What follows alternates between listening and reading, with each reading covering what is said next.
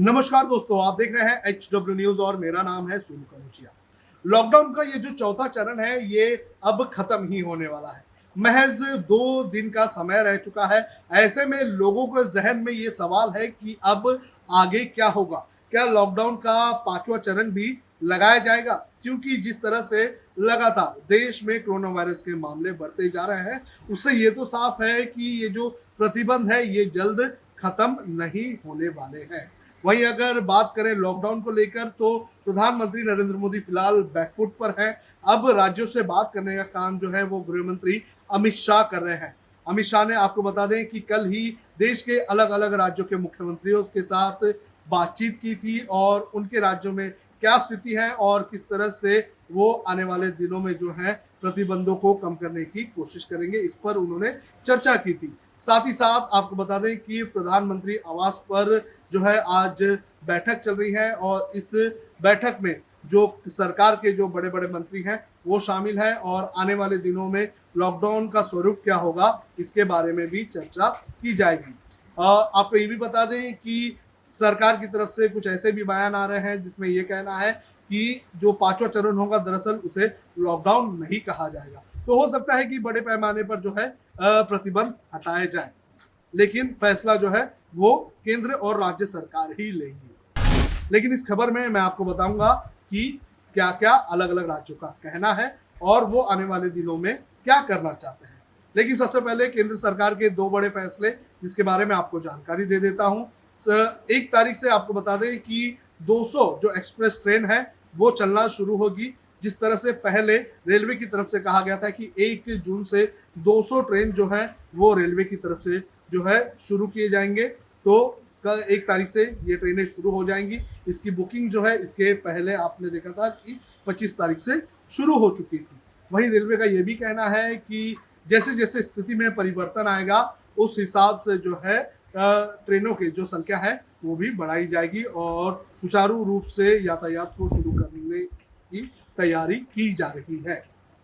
लेकिन सवाल यह हो रहा है कि जब महज कुछ ही श्रमिक ट्रेनें रेलवे की तरफ से चलाई जा रही हैं तो उसमें रेलवे की तरफ से अच्छी सुविधाएं नहीं दी जा रही हैं। आपको बता दें कि कई खबरें आई है जहां पर सफर के दौरान कई लोगों की जान जा चुकी है। आपको ये भी बता दें कि कुछ ट्रेनें जो हैं उन्हें डाइवर्ट कर दिया गया था और जो यात्री उसके अंदर बैठे हुए थे उन्हें जो है बताया भी नहीं गया। जहां 1 दिन में जो है जर्नी कंप्लीट होनी थी उसे लगभग 4 दिन का समय लगा। लोगों के पास खाने के लिए कुछ नहीं था और रेलवे की तरफ से कोई भी फैसिलिटी नहीं दी गई थी।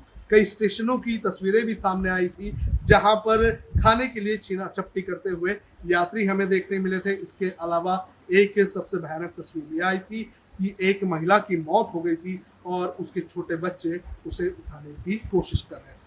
तो रेलवे जब महज कुछ श्रमिक ट्रेनें चला रही है उस वक्त तो कुछ फैसिलिटी नहीं दे पा रही है, तो क्या ये 200 ट्रेनें जो शुरू की जाएगी तो उस वक्त फैसिलिटी दे पाएगी? ये एक बहुत बड़ा सवाल है।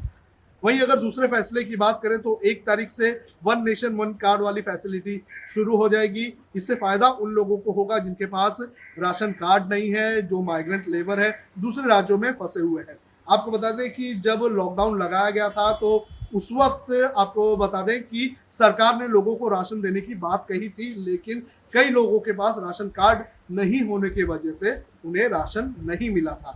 लेकिन अब 1 नेशन 1 कार्ड के जरिए जो है इन लोगों को भी सरकार की तरफ से राशन मिलेगा।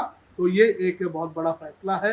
हो सकता है कि बड़े पैमाने पर जो माइग्रेंट लेबर्स हैं उन्हें इसका फायदा हो, लेकिन अब क्या फायदा, क्योंकि बड़े पैमाने पर जो प्रवासी मजदूर हैं वो अपने अपने राज्यों में जा चुके हैं।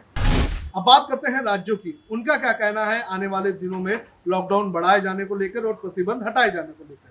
सबसे पहले बात करेंगे छत्तीसगढ़ की। छत्तीसगढ़ का ये कहना है कि 1 तारीख से बड़े पैमाने पर जो दुकानें हैं वो खुलने की इजाजत जो है वो सरकार की तरफ से दिए जाएंगे। हफ्ते के 6 दिन जो है दुकानें खोली जा सकेंगी, साथ ही साथ सोशल डिस्टेंसिंग का पूरी तरह से पालन किया जाएगा। वहीं छत्तीसगढ़ के मुख्यमंत्री भूपेश बघेल की माने तो 1 जुलाई से राज्य में जो स्कूलें हैं उन्हें भी शुरू करने की बात उन्होंने कही है और जो जिन स्कूलों को क्वारंटीन सेंटर बनाया गया है उन्हें 15 जून तक ही क्वारंटीन सेंटर बनाया जाएगा। उसके बाद जो है उन स्कूलों को सैनिटाइज किया जाएगा ताकि 1 जुलाई से जो है स्कूलों की शुरुआत की जा सके। साथ ही साथ सरकार का ये भी कहना है कि राज्य की जो इकोनॉमी है उससे जो है एक बार फिर से शुरू करने के लिए जो है प्रतिबंध हटाए जा रहे हैं। अब बात करते हैं यूनियन टेरिटरी जम्मू कश्मीर की। यहाँ पर shopping mall, swimming pool, cinema hall, इसके अलावा जो धार्मिक स्थल हैं ये पूरी तरह से बंद रहेंगे। इसके अलावा जो है बाकी चीज़ें जो है खोली जा सकेगी। वहीं क्वारंटीन के लिए जो सरकार की, केंद्र सरकार की तरफ से जो नियम बनाए गए हैं वो नियम उसी तरह से लागू रहेंगे। अगर कोई बाहर से वापस जम्मू कश्मीर में आता है तो उसे 14 दिन के लिए जो है क्वारंटीन में रहना होगा। इसके अलावा जो दुकानें हैं वो दुकानें जो है अब जम्मू कश्मीर में खोली जा सकेंगी। केरला की अगर बात करें तो केरला देश के उन राज्यों में से एक है जहां के मॉडल की लगातार चर्चा हो रही है, लेकिन यहाँ पर भी शर्तों के साथ जो है आने वाले दिनों में जो है छूट दी जा सकती है। लेकिन यहाँ पर जो मंदिर, मस्जिद और जो गिरजाघर है यहाँ पर लगातार जो खोलने की अपील की जा रही थी, तो फिलहाल ये सभी नहीं खुलेंगे। पिनरई विजयन सरकार की अगर माने तो फिलहाल जो धार्मिक स्थल है इन्हें फिलहाल इंतजार करना होगा। साथ ही साथ केरला में जो शूटिंग्स हैं उन्हें भी शुरू करने की जो है अपील की गई थी, तो फिल्मों की शूटिंग और टीवी सीरियल्स की जो शूटिंग है फिलहाल उस पर भी रोक लगेगी। और केरला सरकार जो है वो इस वक्त इंतजार कर रही है कि नई गाइडलाइंस क्या आती है केंद्र सरकार की तरफ से। बात करें तेलंगाना की तो तेलंगाना में भी धार्मिक स्थल जो है वो फिलहाल बंद रहेंगे, इसे खोलने की इजाजत नहीं दी गई है। हालांकि तेलंगाना की बात करें तो उन राज्यों में से एक है जिसने जो है लॉकडाउन को आगे बढ़ाने की बात कही थी। साथ ही साथ तेलंगाना की सरकार की तरफ से ये बड़ा फैसला लिया गया है कि राज्य में जो फिल्मों की और टेलीविजन की जो शूटिंग है वो एक बार फिर से शुरू होगी, लेकिन लॉकडाउन में किस तरह से ढील दी जाएगी ये तो आने वाले दिनों में ही पता चलेगा। राजस्थान की अगर बात करें तो राजस्थान सरकार आने वाले दिनों में जो राजस्थान है उसे 2 जोन में बांटेगी, एक कर्फ्यू जोन और एक non curfew zone. Non curfew zone में अगर बात करें तो सभी तरह की चीज़ें जो है वो खोली जाएगी, लेकिन शॉपिंग मॉल्स और सिनेमा हॉल्स ऐसी चीज़ें जिन्हें केंद्र सरकार ने नहीं खोलने की हिदायत दी है उन पर पाबंदी लगी रहेगी।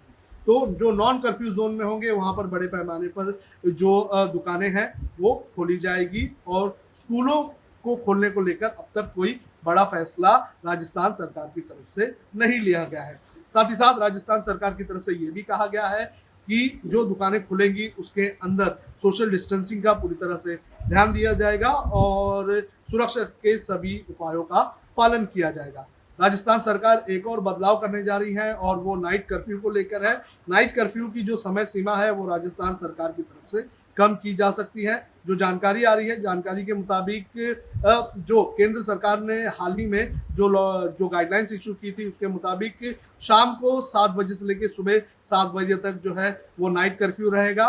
तो राजस्थान सरकार जो है इसमें बदलाव करने जा रही है। राजस्थान सरकार जो है सुबह 6 से लेकर रात को 8 बजे तक जो है वो कामकाज शुरू रखेगी। इसके अलावा जो नाइट कर्फ्यू जो है वो 8 बजे के बाद से लागू होगा। गुजरात की अगर बात करें तो गुजरात में लगातार मामले बढ़ते जा रहे हैं। तो गुजरात की तरफ से अब तक कोई बड़ा फैसला नहीं आया है या फिर कोई बयान नहीं सामने आया है।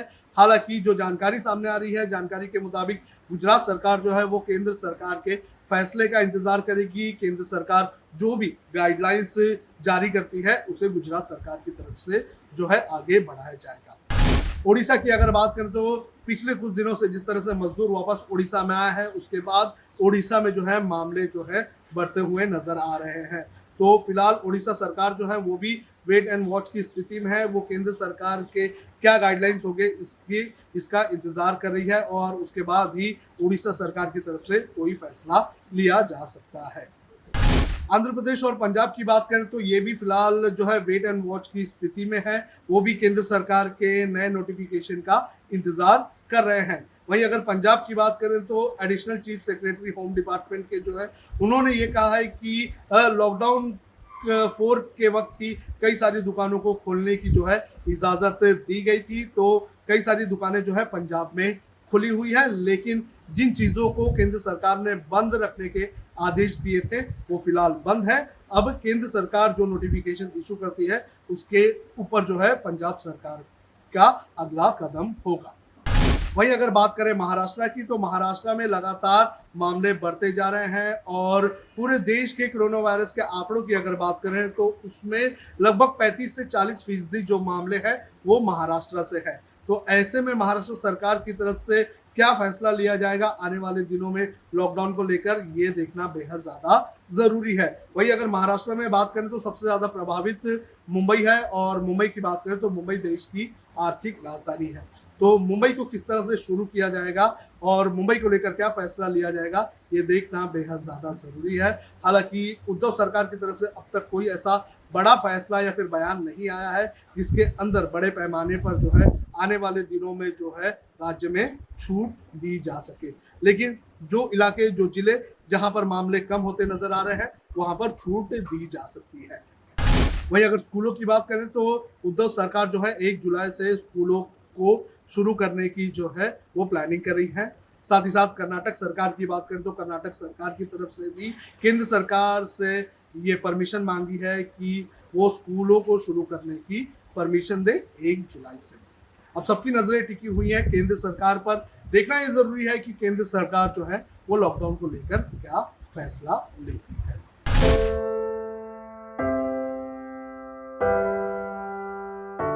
हमारे घरों में भी बच्चे होते हैं जो हमसे प्यार दुलार की आस करते हैं। हमारा भी जीवन साथी है जिसको हमारे ड्यूटी से घर आने का इंतजार होता है। हमारे घर में भी एक बूढ़ी माँ है जिनके लिए आज भी हम ही आंखों के तारे हैं। लेकिन हम हमारे घरों में नहीं हैं। आपकी सुरक्षा में कोई कसर न रहे, इसलिए हम अपने प्रियजनों से दूर हैं। हम में से ही कुछ तो अब इतने दूर जा चुके हैं कि वो वापस अपने घरों को लौट भी नहीं पाएंगे। हमें गर्व है कि हमारे कंधों पे मुंबई शहर के नागरिकों की सुरक्षा की जिम्मेदारी है। हमारे जज्बे और बलिदान को व्यर्थ न जाने दे। इस संकट के समय में आप घर पे रहे, सुरक्षित रहे।